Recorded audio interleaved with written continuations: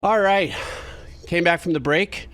Of course, you know, I am the court jester and the follies of mistakes, and I left my mic on again, apparently. So, but I didn't say anything death-defying, but of course made an ass of myself, as I usually do. So now we're coming back for part 2 of our Happy Aloha Friday. If you're seeing this for the first time on YouTube because you didn't join us on the stream, all the links are down below. If you ever want to join us here on YouTube, have a good time, listen to music, get away from the discursive mind spinning of what the world is yielding and whatever that may mean to anybody. We come out here, we listen to music, have a good time. We're a bunch of nerds here just loving it, and I get to be the court jester. I am the Abba, and in the chat are the Cados. That's why it's the Abbacado show. So let's do this. Rotten Soundgarden. Oh, he's bringing us some Igorrr. You guys know Igorrr? I know Igorrr. Wherever Igorrr, Igorrr.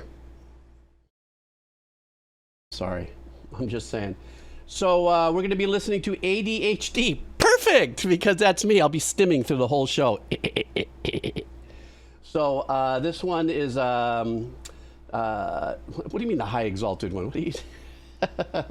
Hi, Abba and the Cabadrada, blah, blah, blah. With both Easters coming up next week, thought this would be time to request the first Igorrr song release in 5 years. Oh, really? Okay, very cool. So once again, this is the band Igorrr, of which I'm familiar with. I have done a couple tracks on the Decomposer Lounge. The name of the song is ADHD. Let's do this. All right.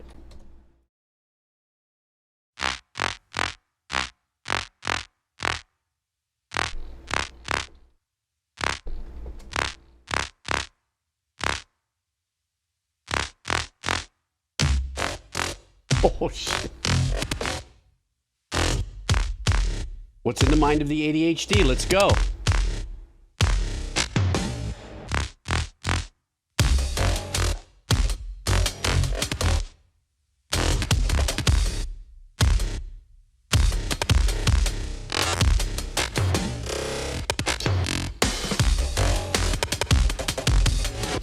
Oh my God.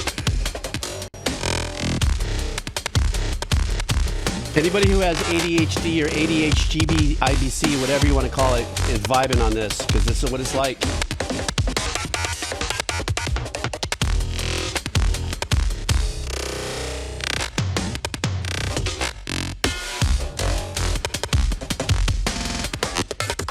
Oh, manufacturing back in the United States. All right.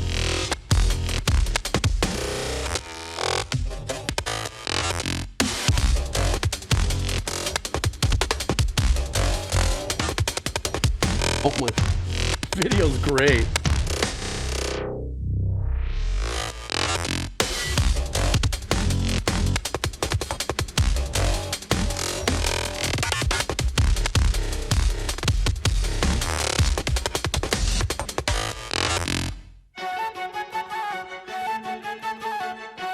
Yeah, this is an ADHD mind. Listen to the composition. This is what's happening in here.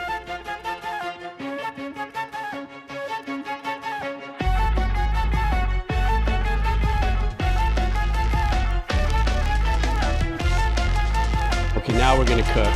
Here we go.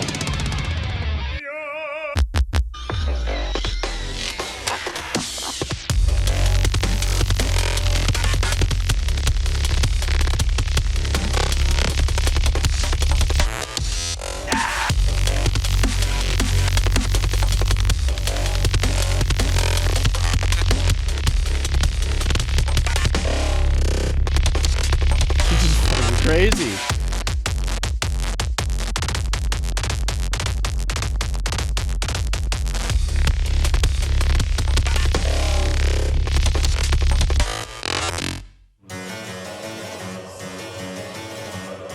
I don't even know how to respond to this musically. I get it, but trips you with the harpsichord and the vocal pad. But the video's tripping me out.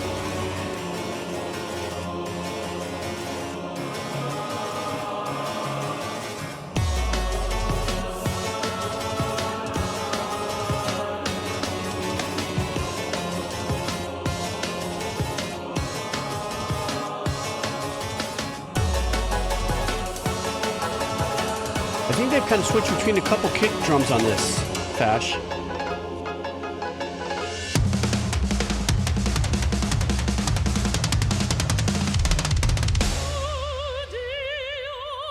bunch of Ben Steins.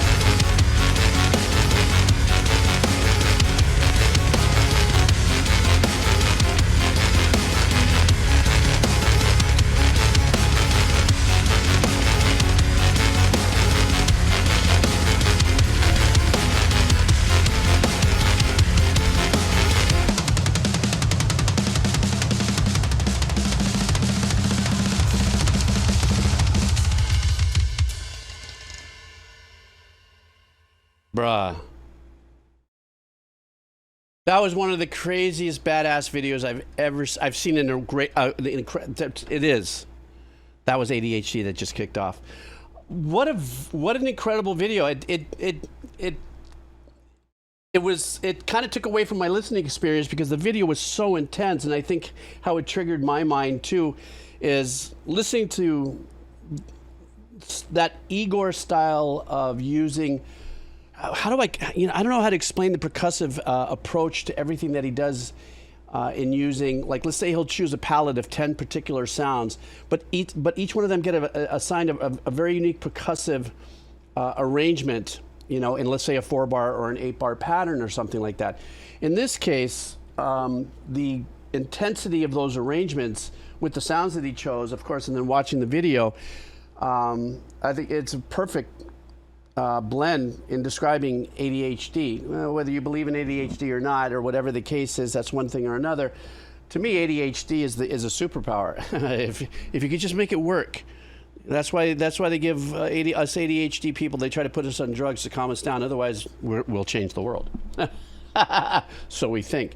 But as far as Igorrr and the kind of music that we just experienced, it's just a perfect piece of artwork. Let's just put it that way. I don't know that I could sit there and listen to it just on my speakers here without the video. I mean, I could. I'd be able to break it down a little more. But it goes perfect with this video. And I think it's just a great representation of probably the nuttiness. A lot of people who are sensitized to that kind of thinking, fireball thinking would go, yeah, that's exactly what my brain does. And especially in the couple of spots where he did kind of slow us down a little bit. And then when I guess somebody had posted here that his wife was the one that did that opera voice or something. So that, and then the very end where we got into a little bit more of a palatable pattern that started happening, kind of brought it all into focus for a minute. So, geez. That was badass. I'm just saying, it's Igorrr. Enough said. MM33, where you be, MM33? Let's keep going and rolling and rolling, ride. We're going to be listening to some Deathhaven. The name of the song is Amethyst. No message. Let's see what MM33 is bringing us. All right.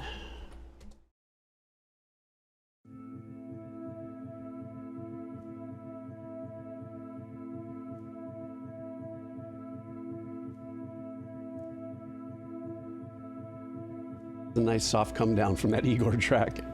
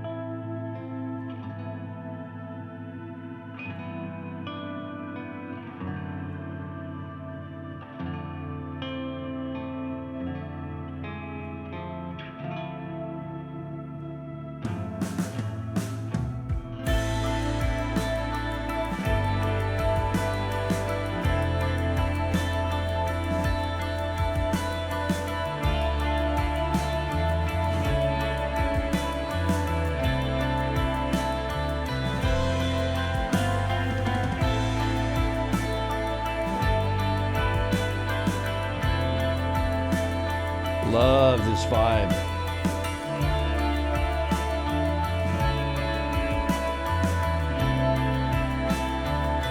Super smooth bass tone too. Lunar studded starscape, indulgence in the calm, trauma, dark choirs, God's teeth shatter. Giving me a little bit of the Chris Isaacs vibe. Muted and padded shadow. The Wicked Games, just in the flowiness of the guitars.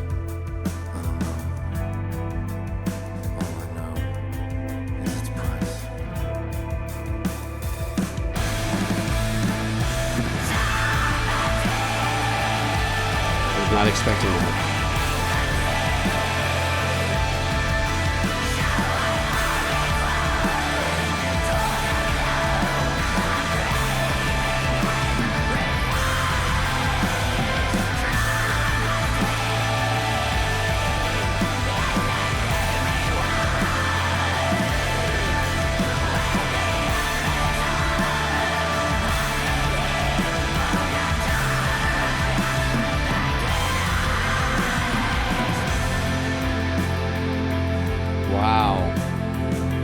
What's beautiful is that this right here, this existed through that last section that was so gnarly. They just kind of caved in with the people's elbow with the guitar and the vocals, but this was actually still through and through. This is what we're hearing.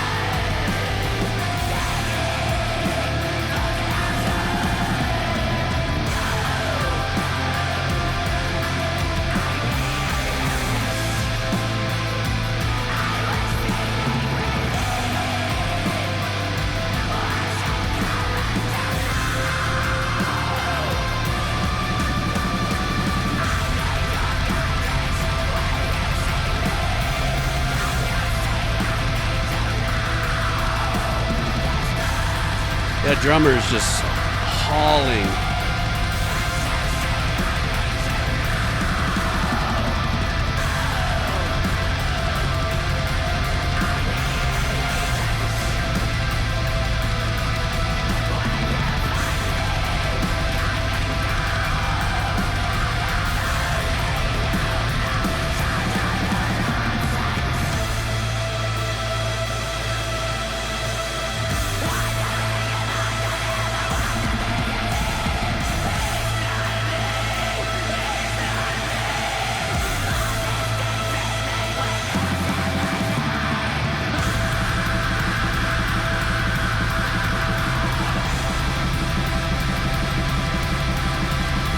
That drummer with that blast beat. Fuck it. You know what I'm talking about.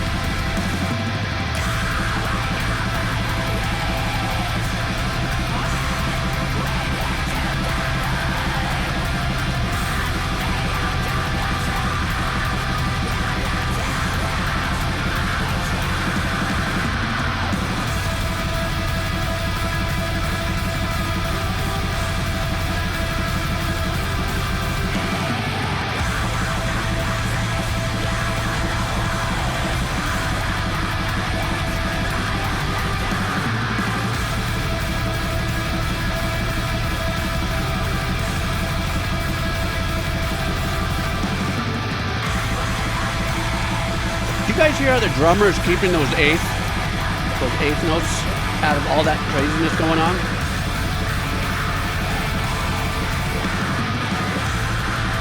Absolutely supernatural.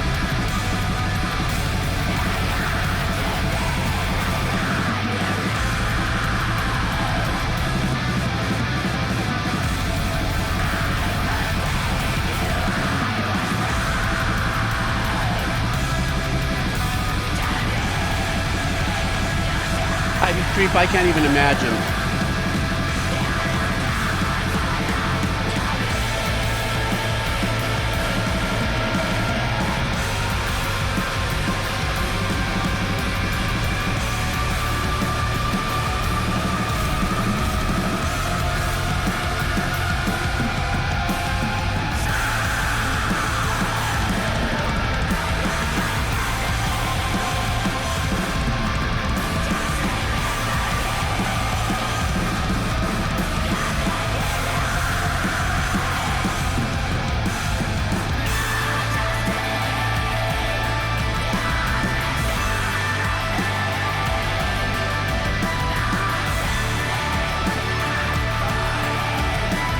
I love this.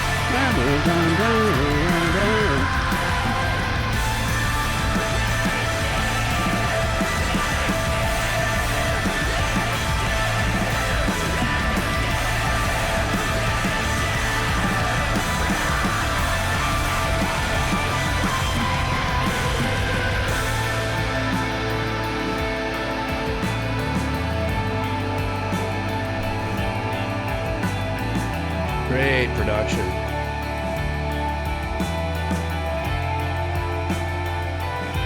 So what I was calling on that melody?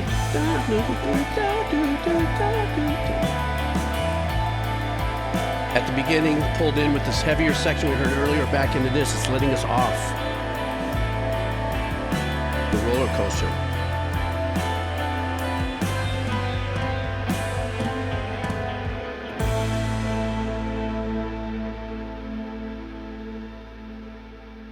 That was such a badass track. I think the experience that I had on that is, you know, what you just said, Aman, I didn't know also, like, I get this little edge every time I hear music of this nature with these, you know, longer played out patterns by the guitar player. I think maybe that's the difference maybe I got to learn still between black metal and death metal, is that, please forgive my ignorance. This is why I'm here. You guys help me with this. Funny enough, the term black metal sometimes seems to be slightly more melodic in arrangements with the musicians than death metal. You know, please remember, I'm not saying it is so.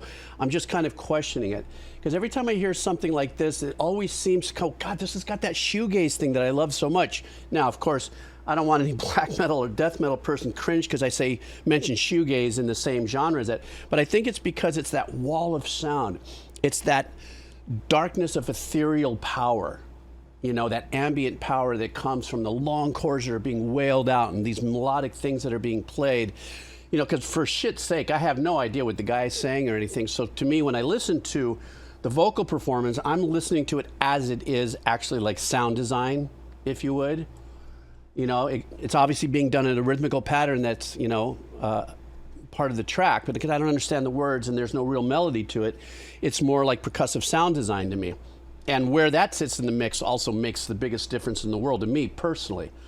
But this particular track, the drummer is the instigator of the darkness more than anything, more than even the darker guitars coming in, because he's the one that revs up that anxiety, you know, because truth be told, that a lot of that pattern, whatever that was going on there, that was going on through the whole track. But what they do is they kicked out of a clean tone into a darker tone, and then maybe pulled it back, and then it got a little more, you know, shoved forward in the mix when I go, I love that. So it's just that kind of thing. Let me see, death metal is more riff based, while black metal is more melodic. Okay, so I was right. I felt that. I just didn't know if that was the points of the genres, which of course you just taught me. So let's see. Life is short of saying freaking minor chords fully picked up. And poor production. I like how you say and poor production. But maybe that's the intent too. You know, it really depends. Oops, excuse me. It really depends, I guess, on the listener's preference. But great track. Jiminy Crickle Flingenama Falala. Okay, next up, Inksentia. Inksentia, is you here? Happy Aloha Friday, Inksentia. Let me see, what do we got here? We have, oh gosh, I haven't listened to anything from this band for a long time.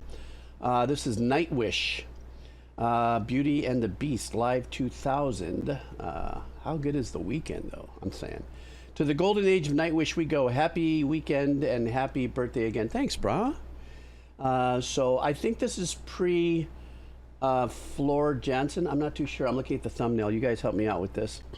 And let's see what we got here. All right. Excuse me. We'll have a guest here to the stage. Please welcome Lapin Raspikurku, Tony from South Arctica. Is this the first singer of Nightwish? Is that what you're saying? We live forever that one day. From time of famine to days of feast. The tale of the beauty Third singer, wow. beast.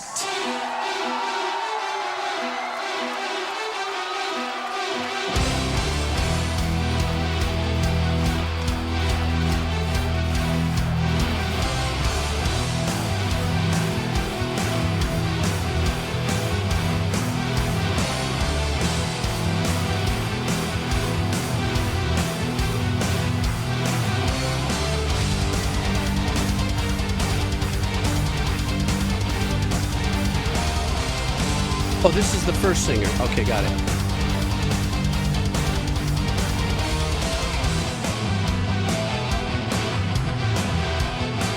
Were they on the ground level of this particular symphonic metal?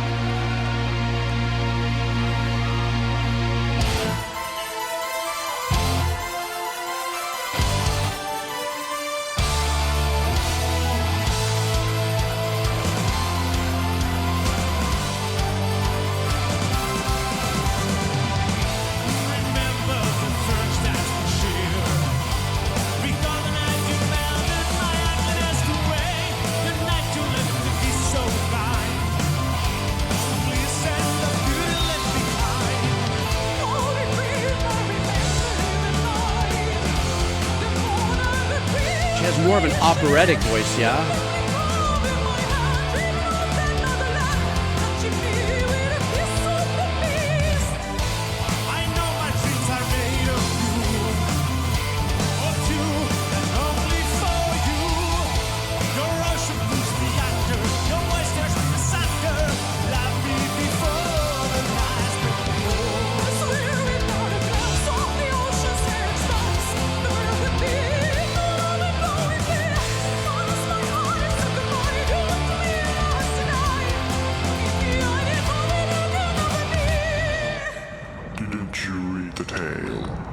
Where happily ever after was to kiss a frog.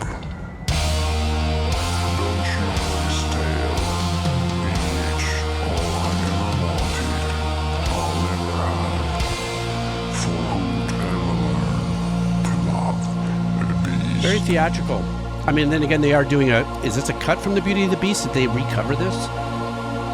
Or is this a cover of an original Beauty and the Beast song?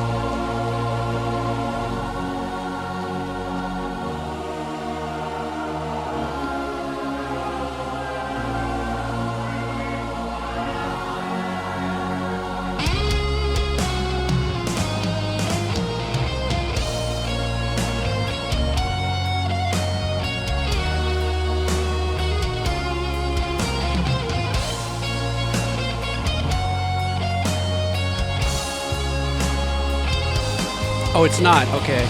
It just says in the title.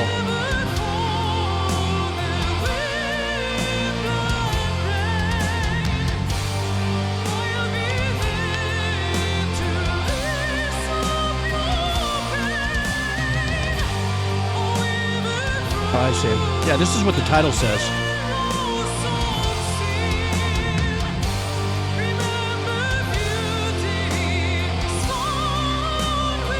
I love how her voice cuts through this.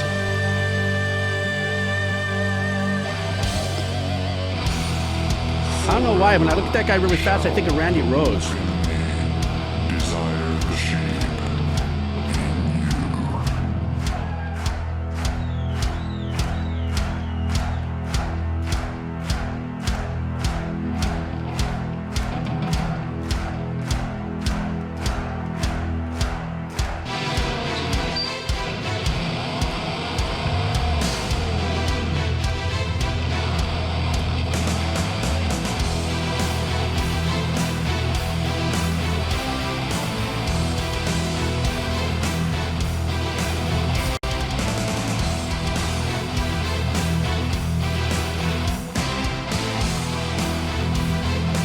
And I think, is it in this the early part of the band's development? Didn't they have a few more musicians as they got into more of a Floor Jansen production? But I love the fact that the keyboard player is taking up that heavy hit.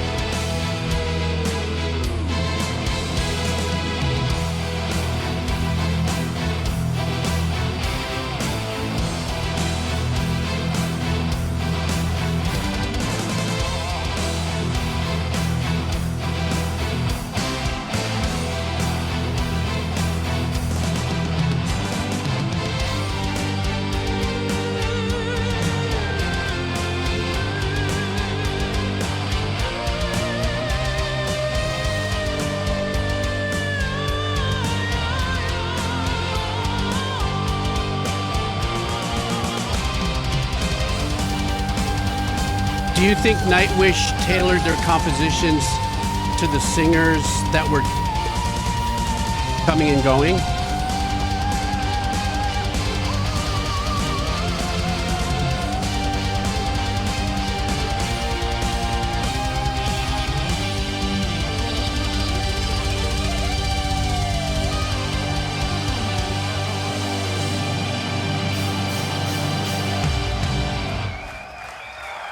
Great freaking track, but I'm bowing my hands to that keyboard player. That keyboard player flexed the muscle through the whole thing. Oh, there's great musicianship. She sounded phenomenal. It was a very well performed track, but the keyboard player, come on.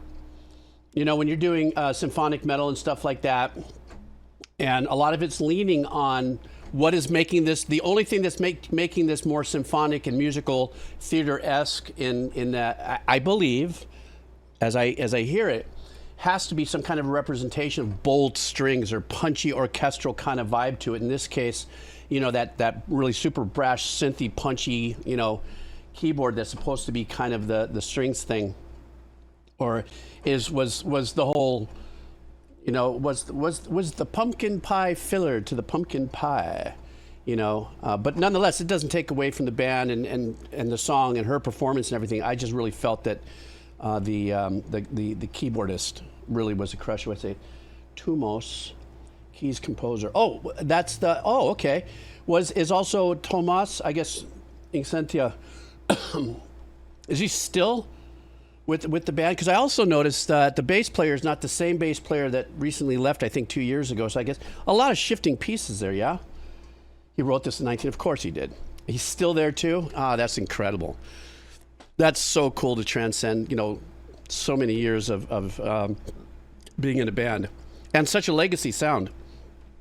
When I started the Decomposer Lounge, Nightwish was the second band that I did after I did like one or two Tool tracks, and I realized, oh my God, what's happening? All these people are liking my video. All these people are liking my page. Oh, what's going on? Ah. And somebody had suggested Nightwish, and I did a Nightwish track going, oh, I'll listen to that. And then it just blew up from there. So a very loyal, you know, fan base as well. But uniquely enough, though, when I started drifting away from necessarily the symphonic sound, I was getting more into the darker, you know, Cookie Monster performances. They were like, okay, bye, we're done. I was like, okay, well, have a nice day. Anyhow, next up, Hot Chick in a Diaper. Let's do this, Mrs. Depends. Let's see. Always coming in, dropping in, hurrying up. Does the beautiful Dono, happy Aloha Friday to you, and then leaves. And I don't hear from Hot Chick in a Diaper unless maybe drops in a comment on the YouTube video. Let's see what we got here. The name of the artist or the band is He Is Legend. The song is China White. I was watching the VOD, excuse me. I was watching the VOD from last Friday, and during my request, someone asked about doing more He Is Legend, but they didn't have the cash. Oh, this is what this community is about. This is about the music. How do you like that? Now that's a level. So I decided this song to the chatter. Or I dedicate this song to the chatter, sorry. Also, for whatever reason, this sounds like it was ripped from a scratch CD at parts. Oh well, LOL. That is so freaking cool. That's what the Kados are about. That's why I'm about the kados that we have, you know, because we are all cool that way. And so Hot Chick in a Diaper, thank you so much. And also did not mention who the other person was, so that could stay kind of, you know. So that's some class. All right. This song is China White by He Is Legend. No, Hot Chick in a Diaper, you are now legend. Here we go.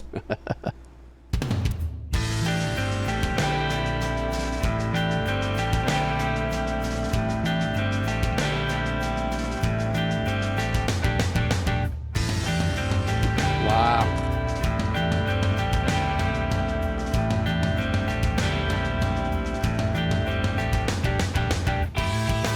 It's getting late. I'm coming home. I picked this rose for you. Oh, nice. Searching for oceans with time to kill.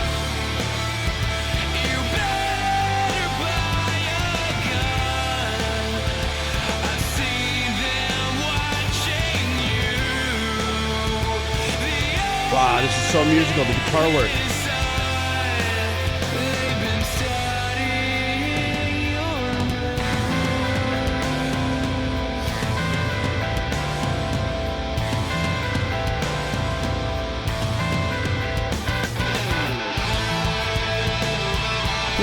It has kind of like,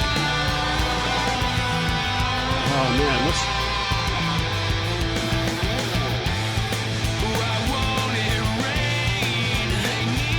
it's got like an alternative metal, but there's a little bit of a punk edge to it.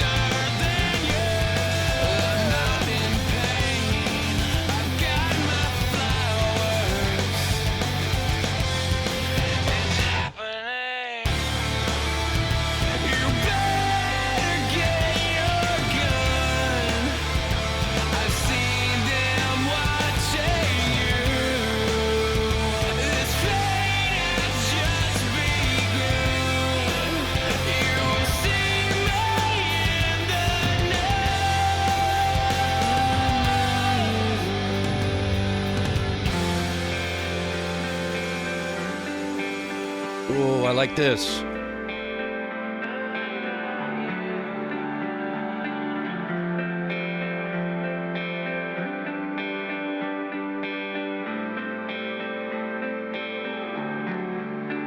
And I don't understand why I sleep all day, and I start to complain when there is no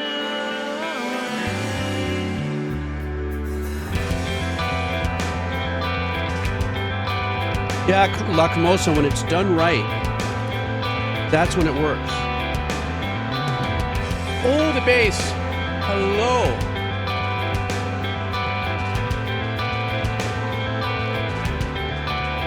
I don't believe in miracles.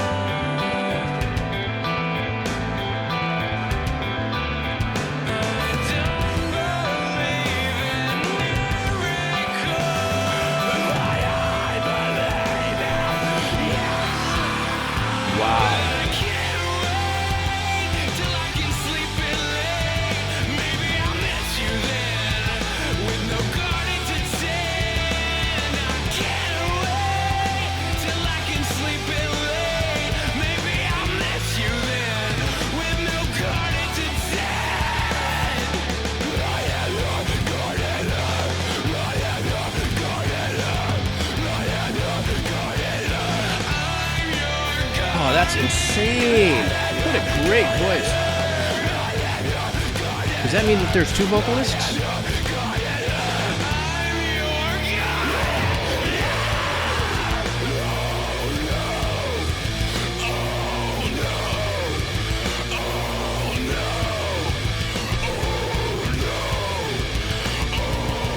That's gnarly.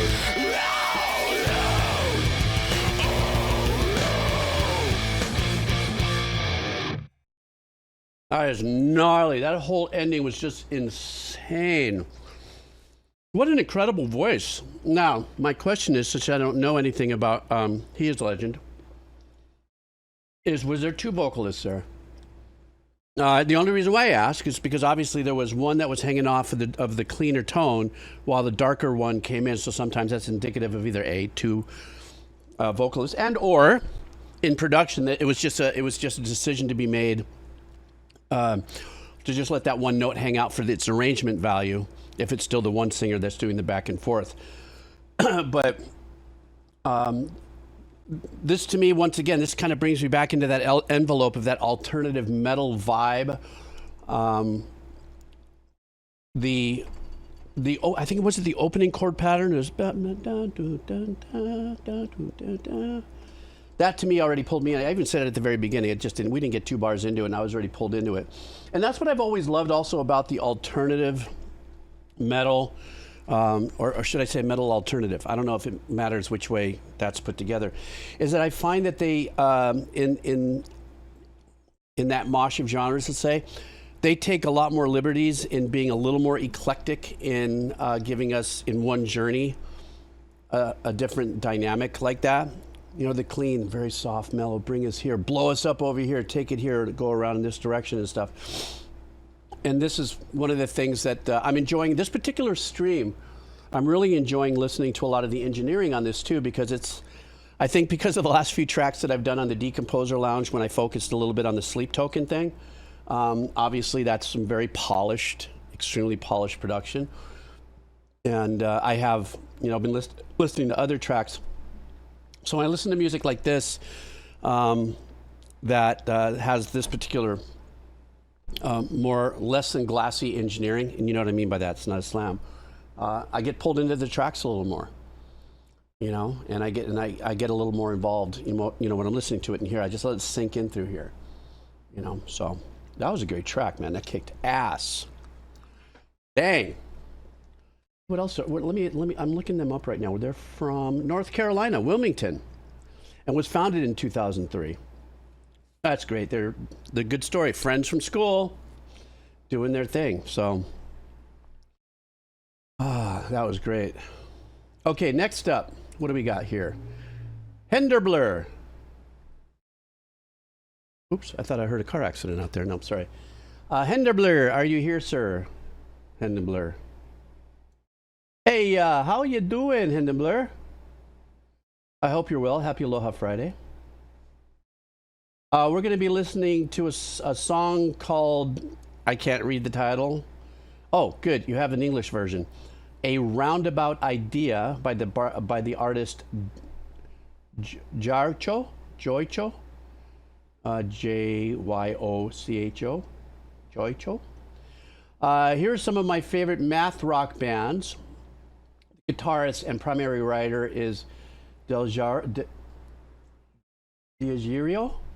Nakawa, I'm sorry, I'm just brutalizing the crap out of that, forgive me, who actually uploads his writing progress on YouTube, riffs and such.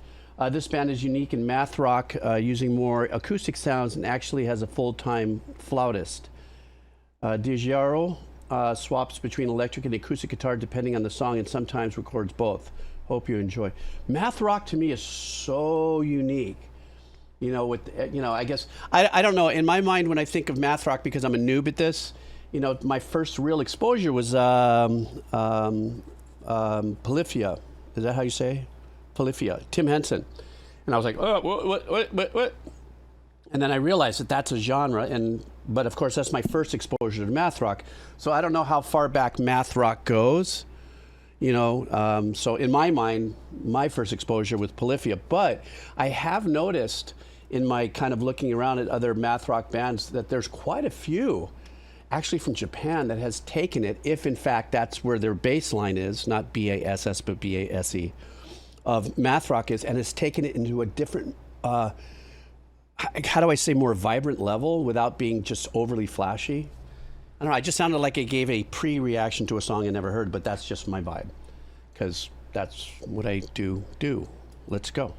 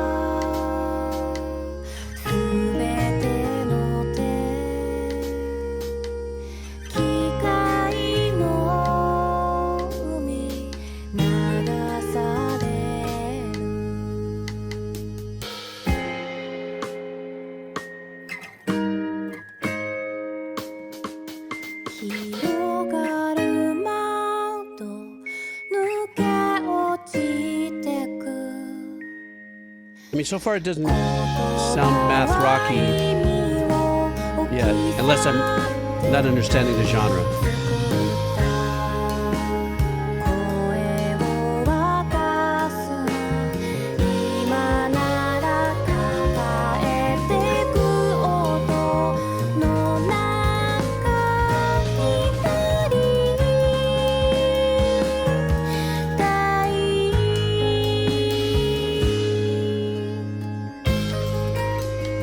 This is kind of reminding me of one of my most favorite guitar players by the name of Adrian Legg. I doubt anybody's ever heard of him, but beautiful voicings.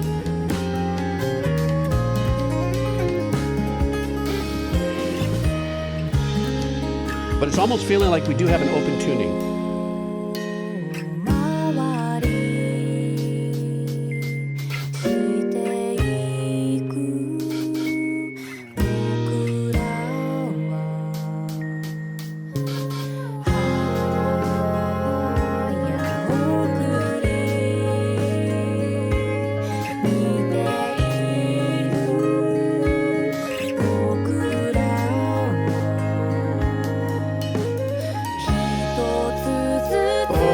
Back there, wow.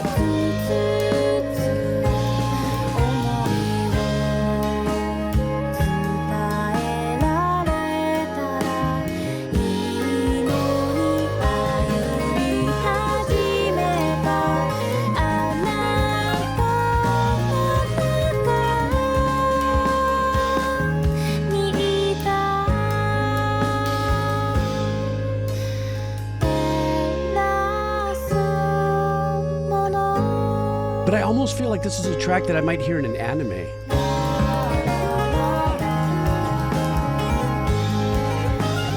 I mean, but it's beautiful. I'm just saying that's where it feels for me, because it was very chill, like Mendirt said.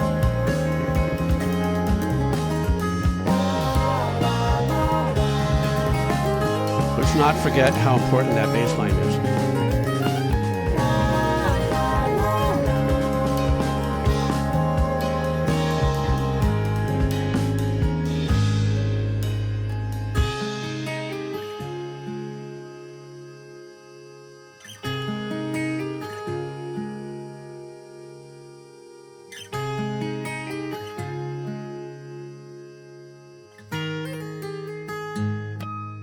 Oh, that's so nice.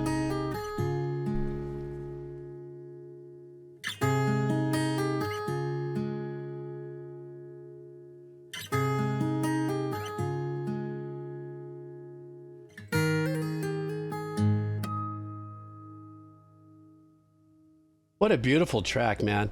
And if this is Hindenburg, if this is one of their more laid back approaches, I mean, it definitely shows, you know, their guitar skills. You know what else I loved? And then I want to address what Doc Doom just put down there.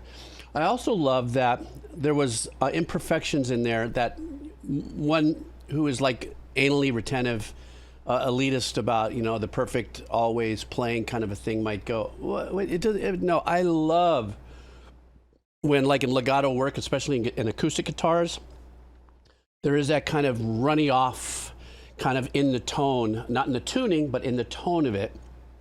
It almost sounds like there wasn't enough an emphasis from the right hand getting that note out, but it's really it's like a saxophone player that does its legato runs. You're not hearing necessarily it's a discernible every note as much as it is you're hearing this flow. And that's what I loved about what the guitar work was doing here. And like I said, as far as the guitar work was concerned, or the song was concerned, it just sounded like just another beautiful track that you might hear like in an anime track. But something that Doc Doom said, I want to just kind of roll up here, because I had no idea. I just learned something now with Doc Doom, which is, you know, he said when he hears math rock, he leans towards more of the bands with the twinkly sounding guitars, which is right, the hammer-ons and all of the stuff, you know, that happens. And I understand what you're saying on that, but I didn't realize that Tim Henson and the Polyphia gang were more of mathcore. So you see, even math rock has its own subgenres. And I think the only difference with that would be is because they are using more grittier tones, perhaps. Because there is one girl that I have on on my X or Twitter, whatever they call it now, a young lady that I found. and just was following her, that has more of the cleaner guitar tone of still the tapping and all the slick moves. And then there's that other guy. There's another guy that, another artist from Japan. Oh my God, why can't I think of his name?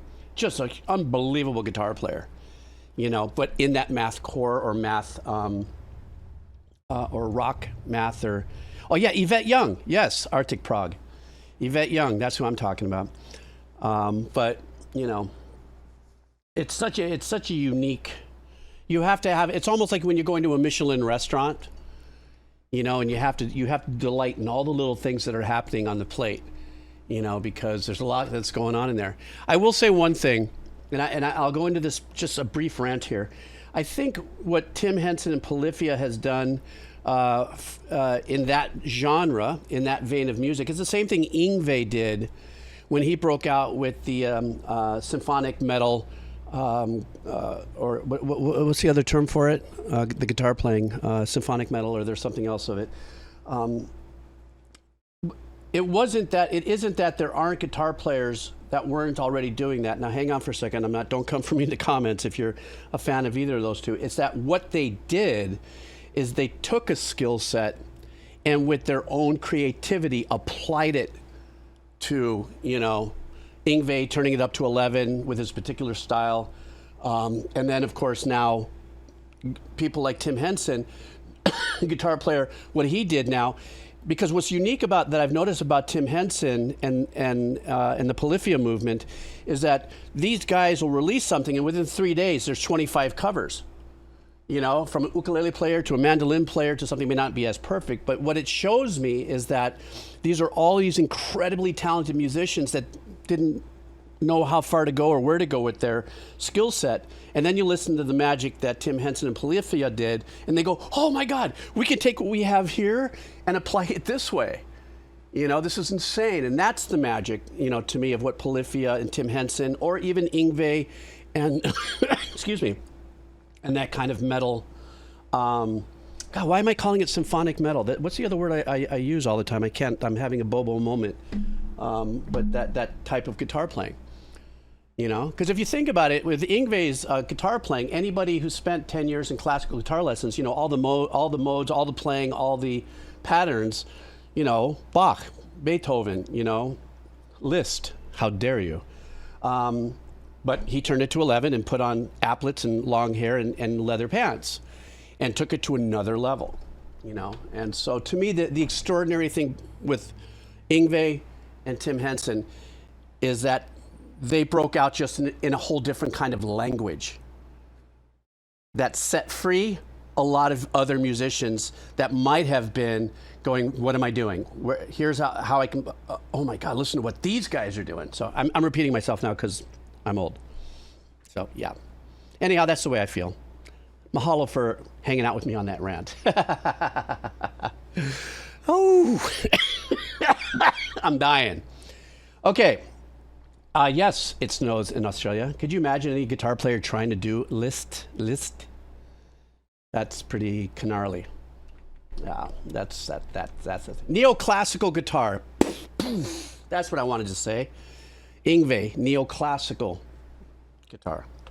Oh my God, drugs are bad. Okay, next up, Shadow Dane. Are you here? And then next up is Lisa Wolf. Shadow Dane wants us to listen to a track from Saint Blonde. The name of the song is Honey Magic. And thank you very much for your kind dono, and happy Aloha Friday to you, Shadow Dane. Here we go. There's Shadow Dane. I'll be lurking in the background for the couple of hours I've been on going, oh, finally, when is this guy going to get to my flank? Here you go, Shadow Dane. All right.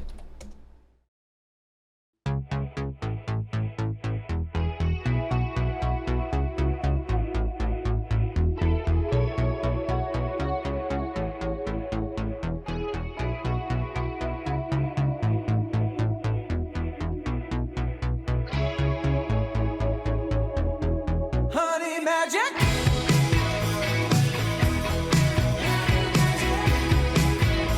Oh, I like this. It's giving me some 80 vibes.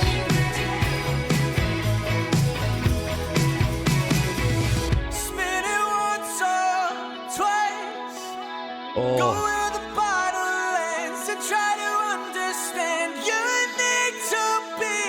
night. What a great voice. So let's roll the dice. We might have spent 7 minutes in heaven. There's no need to think twice. So let's roll the dice. Spend it all of your money. A little bit of a Police vibe. And I don't know if I'm getting that because the bass is driving forward, but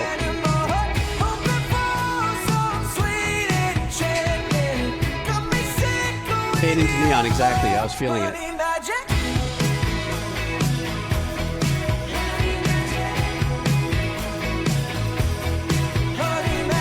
And some of the Police and Sting's music that's so memorable is probably the most simplest eighth notes driving stuff ever, like this. Don't try to miss me.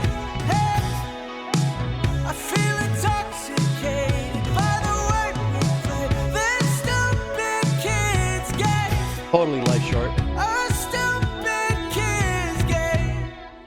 Spending all of your money on me. Listening for the sound of your animal. Such a great track. I'm in a good mood right now. This is like, yeah. Sweet enchantment. Got me sick with your honey magic.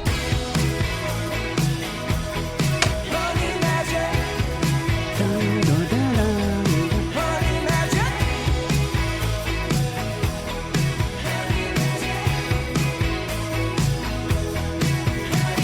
Hold that one over, Doug. You pull the fast one.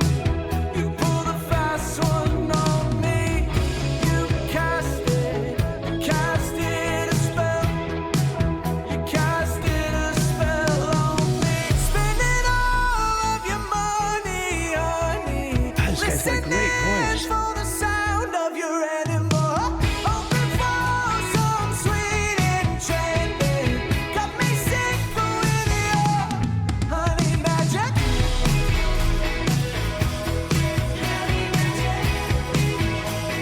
But I mean, here's where I'm hearing little cross-ups and like Flock of Seagull vibes, and just without the oversyn. Got me sick with your honey magic.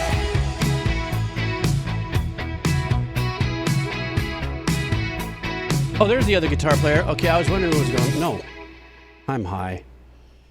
I really dug this track. I so dug this track. Excuse me. It definitely, what I like too is even the drummer just having this is really small kit, you know, just sticking to what it is, you know, and keeping it real. Obviously, this was without a doubt, extremely well constructed song. In It to a Minute to Win It. You know, the hook was in the hook. The hook was at about 50 seconds, but I was really enamored with his voice. What a great freaking voice he had. He sizzles up there without getting into like a heady sound. And it sounded great. What a great track. Yes, thank you. That's what I'm talking about, bringing that good energy in here. Thank you very much. Captain Hook, I say. Lisa Wolf, use up now. Let's go. Lisa would like us to listen to... Oh, for a second, I don't know why I looked at the title. I thought it was Gaia Voodoo. Gaia Voodoo. Voodoo God. What was the name of that band in the 80s? Kaja Gugu. I think that was. I was like, wow. All right. She has a big wide taste in her music. I was like, Kaja Gugu. No, that's not it.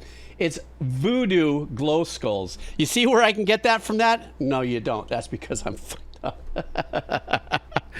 No ukulele. Okay, so the artist is Voodoo Glow Skulls. And the song is Brodie Johnson Weekend. Oh, we got ourselves a read here, so let's tax my eyeballs. Here we go. So news just dropped that Streetlight Manifesto, after a decade plus, is coming out with a new album that I'm sure many of us are going to be interested in hearing, especially me. And while this is the Voodoo Glow Skulls, I believe that without the Voodoo Glow Skulls coming around in the late 80s, early 90s, that Streetlight Manifesto, as we know it, would not exist. The Voodoo Glow Skulls were the first ska core. Huh? That's something new I'm learning, ska core. Oh, you gave me the meaning, because you knew I would do that, right? Was the first ska core band, meaning a blend of metal, hardcore punk, and third wave ska. Oh, wow. And while bands like Mighty Mighty Boss Tones and Real Big Fish were finding their footing with uplifting, pick it up, catchy tracks, Voodoo Glow Skulls, God, you try to make me say these things. That's this late in the stream. I'm like, but I'm loving it. We're breaking barriers by taking the rhythm of ska music and combining it with mariachi. Really, with mariachi. How cool. Arrangements, all while keeping the core of metal and punk at the root of their music. The early 90s within the genre. Ooh, I'm sorry. It was a run-on. Everything from your signature and tempo changes to key changes, layered encountered melodies, progression, and other incorporations of progressive metal, etc., that make Streetlight Manifesto stand out from other ska bands can be traced back to the Voodoo Glow Skulls. That's not to say that two bands sound the same, but the ways in which the Voodoo Glow Skulls change the ska as a genre could be or can't be understood. Oh my God, am I blowing it? Can't be understated. Sorry. As the Voodoo Glow Skulls are one of the few artists that can claim to be the originators of the genre, in this case, ska-core. The track is from their fourth album released in 1998, The Band Geek Mafia, and while much harder than Streetlight Manifesto, you can very much hear the compositional through lines from Voodoo to Streetlight. And while it may sound funny, this might qualify as metal mariachi ranchera with hardcore punk vocals more than ska. Bruh. Woof. But I feel, and I'm feeling confident that I have the best knowledge from that write-up you just gave me, Lise. I'm sorry if I butchered the crap out of it. So let's listen to this. This is Voodoo Glow Skulls. The song is Brodie Johnson Weekend, and this could possibly be metal mariachi ranchera with hardcore punk vocals more than ska. Let's go.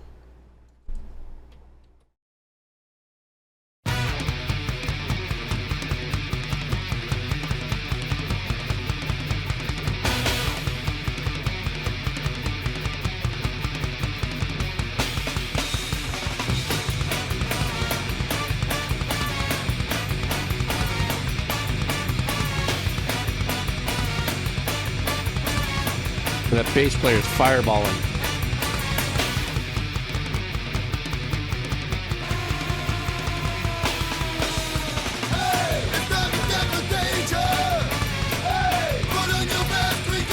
Oh, I hear what you're saying, Lisa.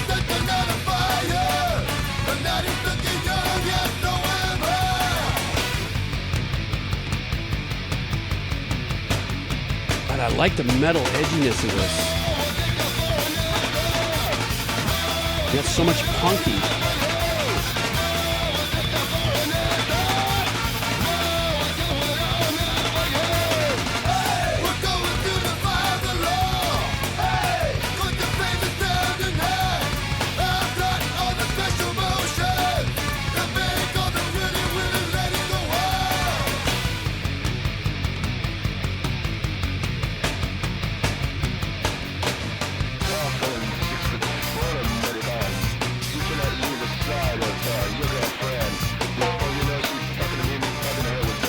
Man, keeping that metal track through it is so badass. My name is Brodie Johnson.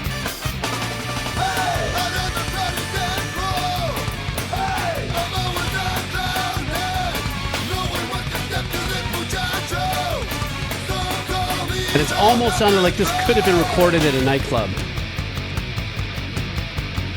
Just with an output mixing. Later session. Oh, the bass player's arms are full Popeye for sure.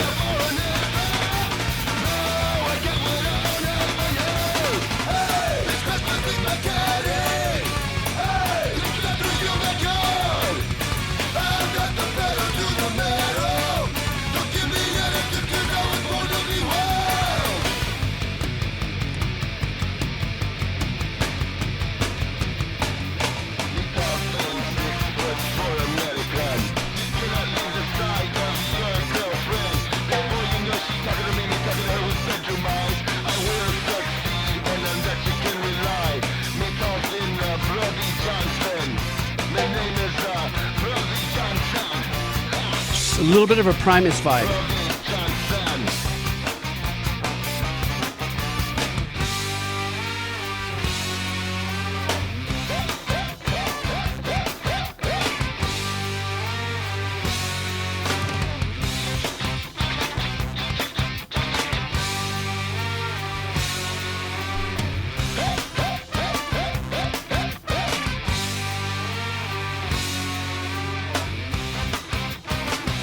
Brodie Johnson. That was okay. Now that that I read that, I completely I heard what you were saying. And so if this was if something like this was like the jump off vibes, you know, as being the predecessor of Streetlight Manifesto, I could tell where Streetlight Manifesto actually took on a little bit more of the heavy lifting with the horn arrangements and what they're doing in their ska style, still kind of implementing and keeping a little bit of the textures of kind of a rock vibe to it, where these guys were more into that punk. Like this was truly like a punk metal vibe. This was something like if like Oingo Boingo sat on a bed of thorns, something like that. This is what would have happened. I don't know why that image came in my head, but it gave me a little bit of those Oingo Boingo kind of vibes as well, except a lot more visceral, a lot more ballsier. So now, and like you said though, at that point is where, okay, I'm listening to that for that. It's funny though, I was looking at the thumbnail and where that little thought cloud where it says Band Geek, I thought, is that Flea? I don't know, it just kind of reminded me of Flea, the bass player. But but I'm really excited to know that you, by telling me that Streetlight Manifesto is coming out with new stuff, because I've been getting slammed on the Decomposer Lounge, people wanting me to do that, so I appreciate that. But thanks for bringing that in there. My bigger takeaway on that is, without a doubt, is the ska core aspect of it with the metal going through it. You know, what I didn't hear, like when you mentioned kind of mariachi, I don't know why I didn't get a flex on on a mariachi phrasing on the horns, as much as the horns are more like I don't know, as more of an emphasized arrangement. I was waiting to hear a little bit more hornsy. Oh, I'm so pumped for the new Streetlight. You have no idea. I really do. I don't know why I never even got into it even more, but I do have an affinity for that ska vibe. You know, for me, that's the badass, you know. Yeah. Where am I going? Sorry, I just had a brain fart. Brain, come back. Come back. Sit with me. Okay. Doc Doom, you're next. Doc Doom, are you in the house? Yes, you are. I know you are hiding in the house. You're a house hiding, Doc Doom.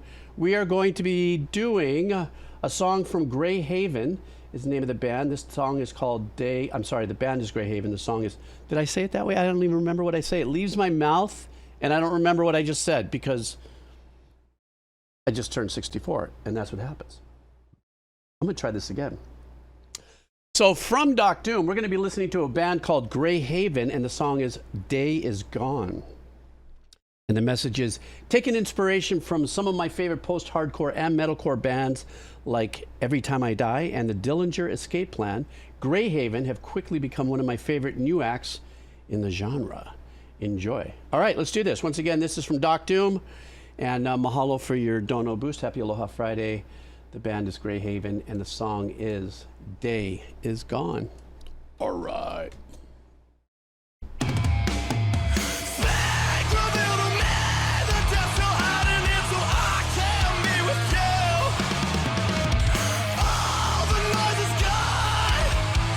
That barking of the guitar is giving me a little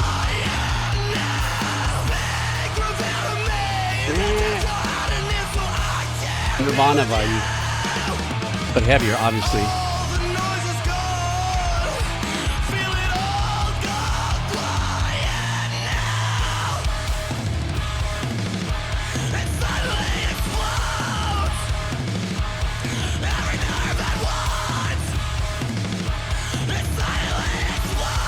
Oh, the drummer's clipping.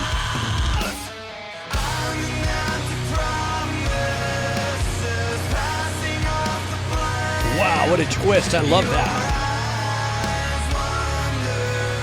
Wow.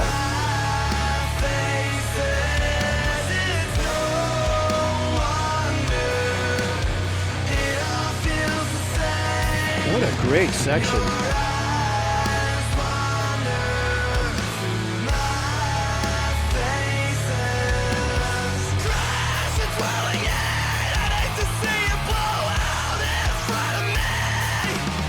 What a great riff. But I just get that callback just a little bit there for Nirvana.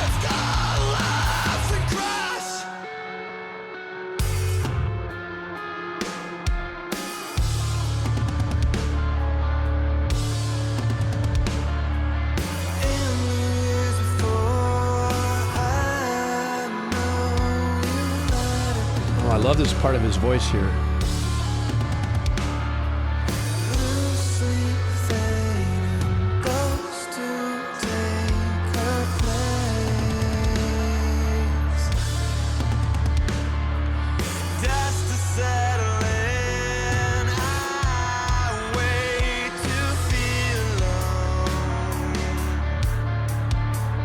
I love that guitar pattern, that picking pattern.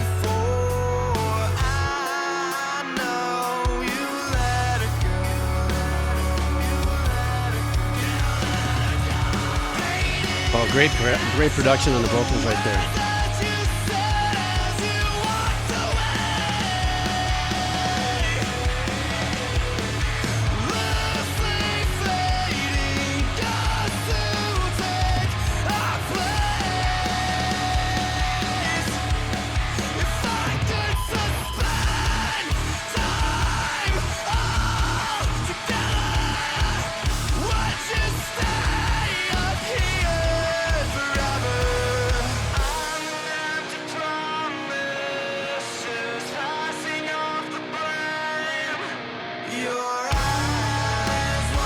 This is a great track, guys.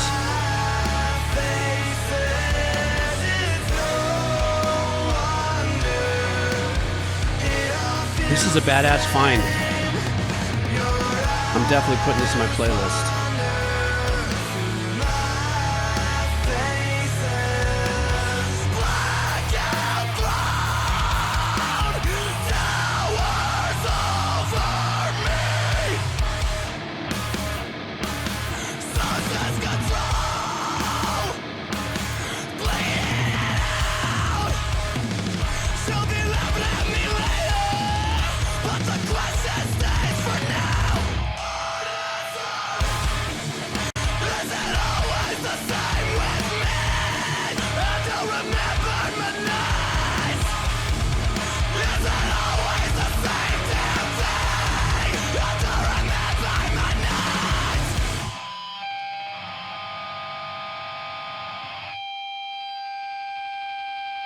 What kept me supremely into this track was the really super great change-ups, you know, that got really dynamically musical. Dynamically, is that a word? I don't know. Got really super musical. I mean, you saw me physically pop a little bit, going like, "Oh man, what is that?"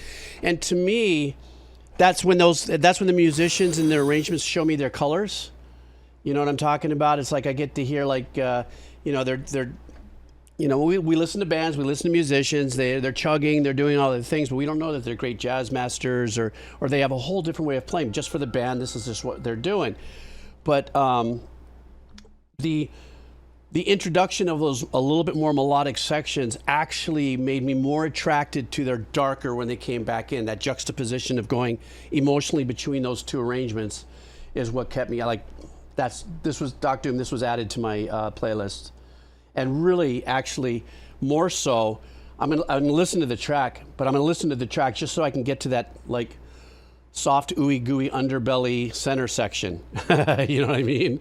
Because that was beautiful the way they did that. And also, they were doing. I really enjoyed their picking patterns in in some of their chords that they were doing, but also in the strumming. I think a lot of times I'll do strums or come in more downwards of stuff if I want to get a particular. You know, you play the chords with a strum down, you're going to get a kind of a different, same exact chord, but strumming up, you're going to get a different emphasis on a tone.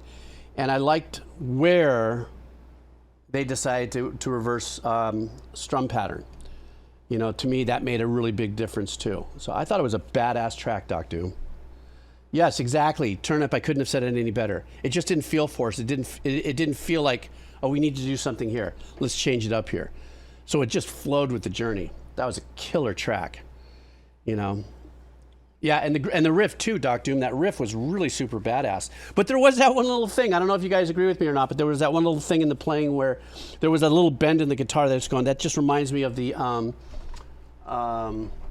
Nirvana, you know. But they didn't do it with the guitar. They went you know, that thing. I was like, it's just, I don't know. I just pulled into it because I'm me. Thanks. I really appreciate that, Doc Doom. That was a kick-ass track. Brexter, are you still here? Brextor. Where's Brexter? Brexter, where are you? We got, there he is. How you doing, buddy? We have Patty Gurdy as the artist. The name of the song is Rise Up. Some Twitch bits. Thank you very much for the Twitch bits. Enjoy the ear candy. You know, whenever you say that, whenever people say that, I just know we're in for a ride. So this seems to be a young lady artist by the thumbnail, but I don't know or have a handle on what the genre might be. So let's, oh my God, I got hiccups. I suck. Experience this together. Let's go. All right.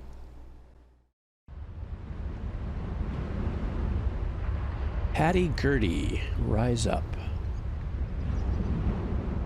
Could it be your way to torn distance of strong again? Beautiful. All that pulled you apart, shuffled I love the tone of her voice.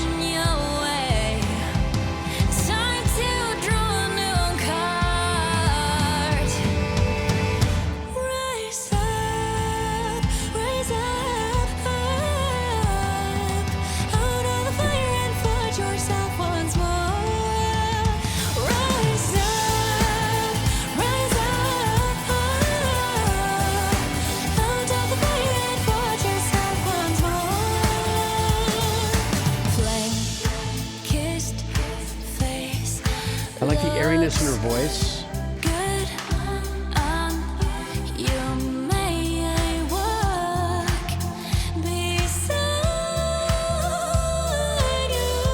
Oh, I like that. If that was her vibrato, that was really slick. I'm not saying there was an effect there. I'm just saying, protect myself by saying it.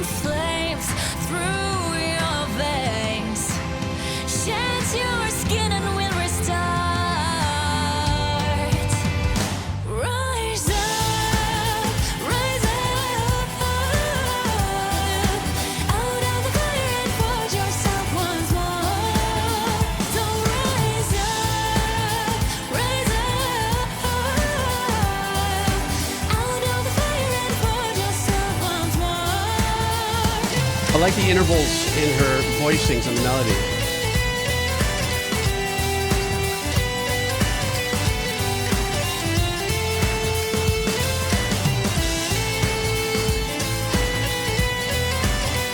Extremely agile, yeah.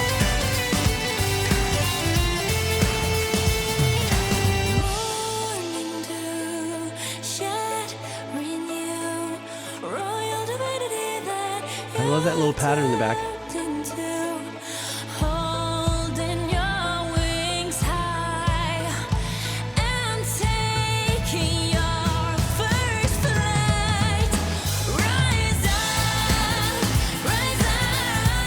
This is another song that has a little bit of that Sting bounce to it. I don't know if you guys can detect it, but I'm feeling it. Great vocal production.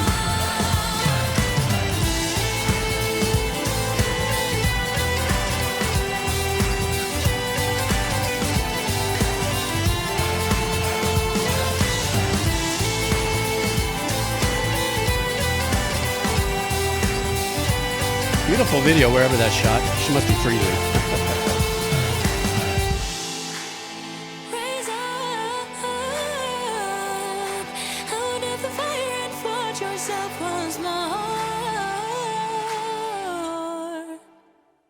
What a beautiful track. That was really, really nice. And it was a nice little throw in the mix here for our listening session here on the stream.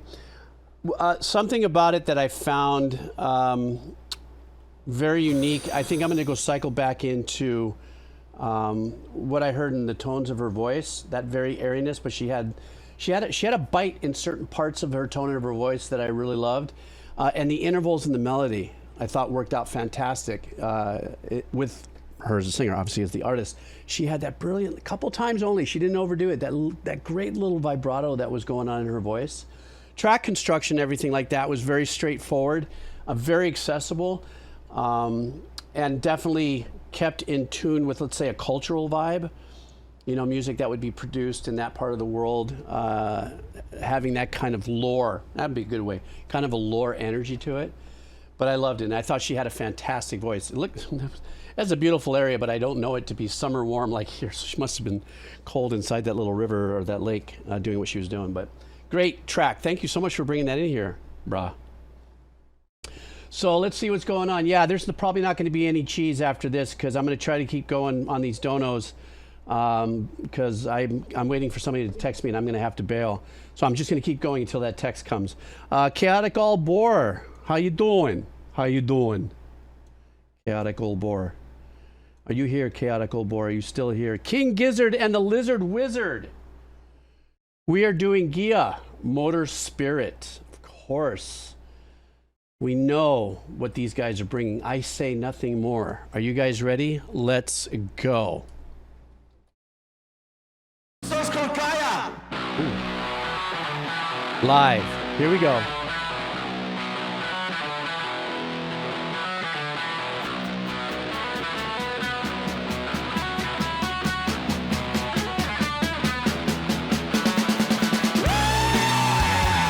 I love that.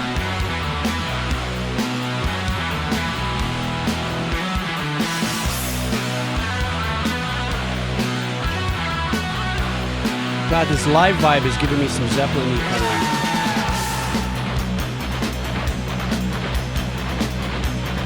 Oh, these guys are crushing. Right? The Benjamin? I was just about to say that. It sounds great.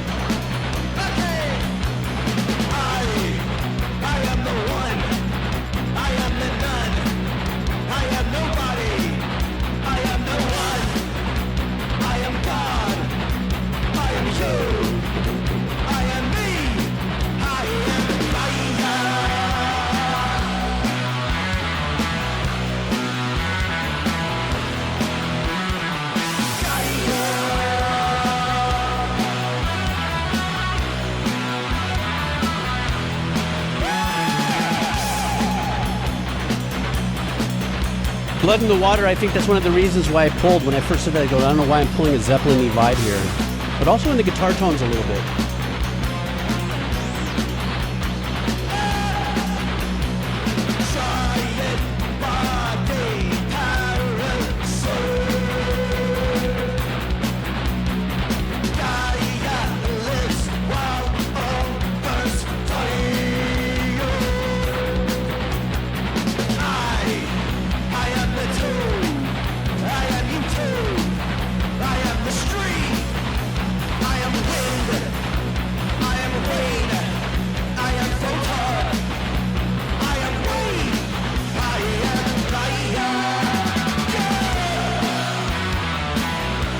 I love this section here. I think this is also another Zeppelin-y vibe for me.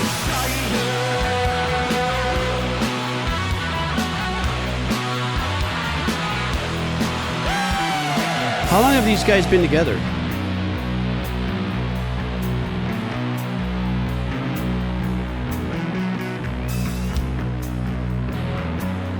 Look, listen to how fried the bass tone is.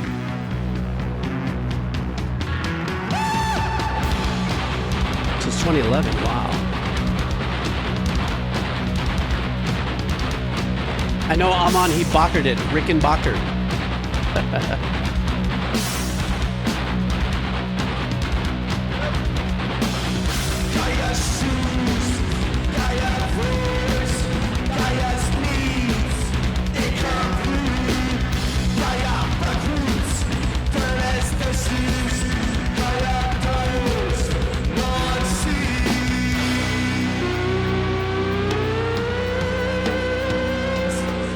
want to know where that plugin is coming into place, if it's on the live board. Uh-oh. The drummer's going into Moby Dick mode. You know if you know.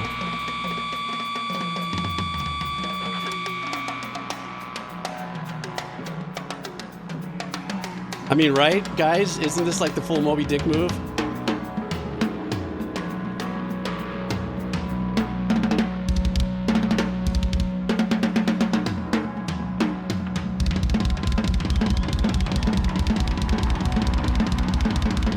What is this, an homage?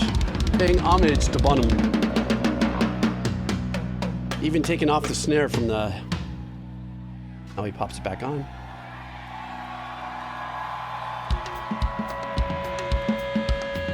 This is great. Or it could be a Jim Carrey thing. Jim Carrey. Dana Carrey. Fuck. Oh, you guys are coming in now.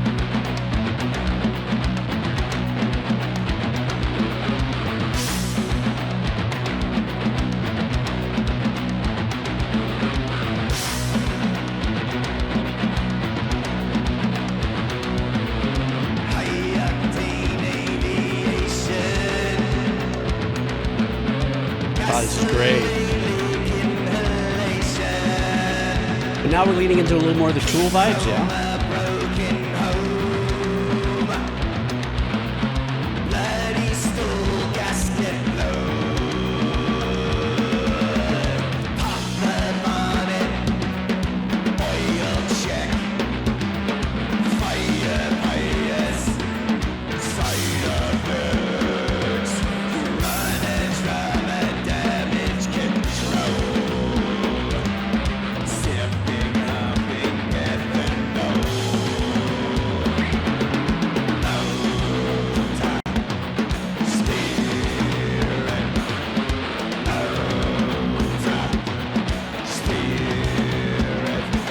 That voice, that Tuvan voice, reminds me a little bit of that band, The Who. You know, HU from Mongolia. So badass.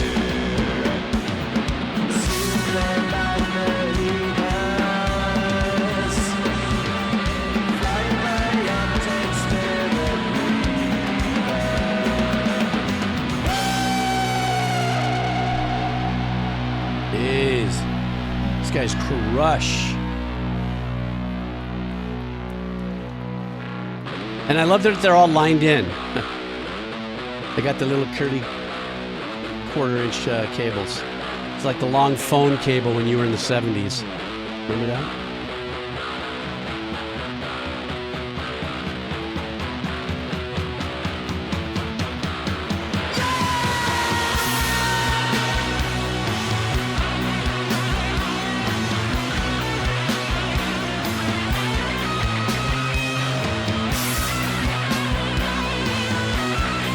Now this is where they really stand out, like away from any of the influence references I may have made.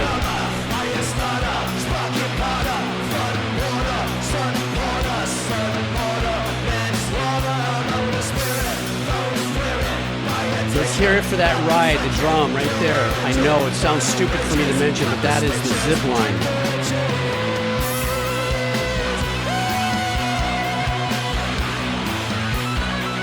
Whatever's going to keep that eighth.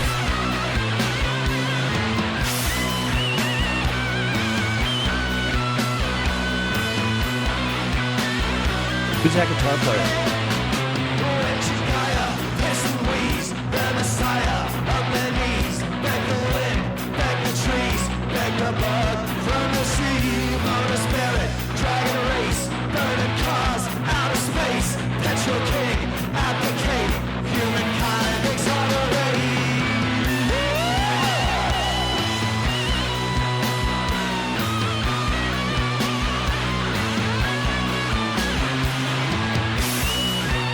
See, I'm really digging the doubling up on that riff with the synth that's underneath it. Kind of a balls of support.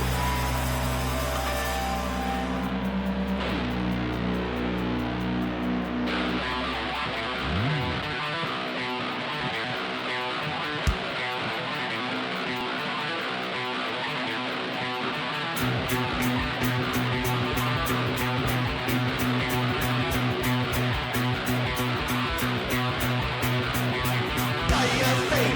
play gallant hurricane shell sweep and stand though it's down howl and moan and bones and lies overthrown at front or brave a contest will rise to say go up from cold weed and mat dick smells with care that is sweet bush like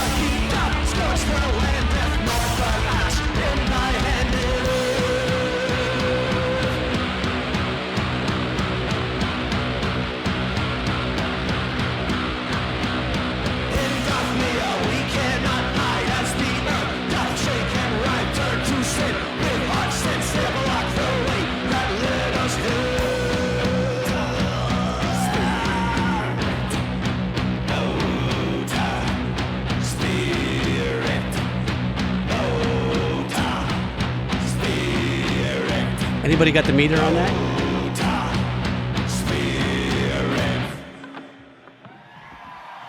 Thanks for that. Wait, sounds like there might be a little more here, a little more meat on the bone.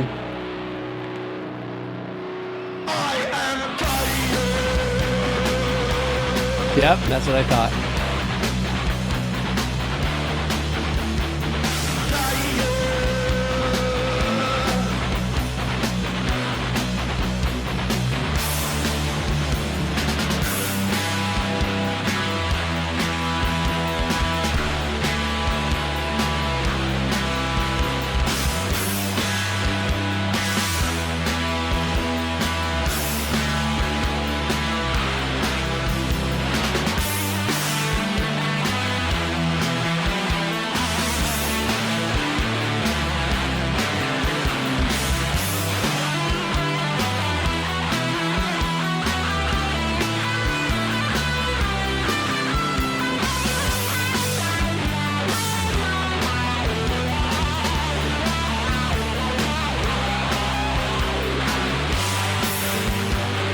It's so raw, so gnarly.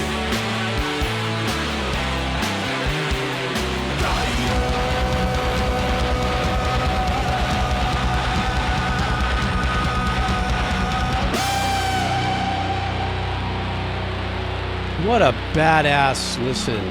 I mean, they took us through a nice little twist with their journeys, but something else too is I think we were mentioning earlier, I don't know who said it before, what a great sound. I mean, even if it's mixed in post, I mean, this is a post mix out, you know, the engineering on it was flawless. What great musicianship. I don't think I've ever heard of a Izzard, Lizard, Gizzard, Wizard, King Gizzard and the Lizard Wizard type of performance like this, being able to hear them live through and through. I've heard, you know, recordings and stuff and such, but this was balls to the wall. And their meter, I was like, okay. So I think the tendency to lean into saying, well, it sounded a little like Zeppelin, it sounded a little like Tool and stuff like that. There were some of the obvious influences, but when you get to be a band that starts in the 2000s, you're obviously influenced by a lot of incredible things, but they take it and make it their own. But then they definitely step away from both Zeppelin and Tool, because I think they actually have a little bit more of a powerful presence. I know that might be sacrilegious to some Zeppelin fans, but just their whole lurch, if you would, in this performance was insane. And and just physically, just what a great performance. Those people in the concert who were there definitely were hanging on to the reins on that one. Let me see what's going on here. Oh, sheesh. Especially that. Yeah, right. No, a couple times we did kind of go like, I mentioned Zeppelin, and all of a sudden you just go, wait, what? And the Moby Dick thing. Even some of the fills, right? You know? There's no two ways about that, man. And then the Dana Carey, am I saying it right? Is that the drummer of Tool? Dana Carey, I believe. A little bit of a similarity with that, but definitely an emphasis on some great drumming as well. So, Danny Carey, right? Thank you.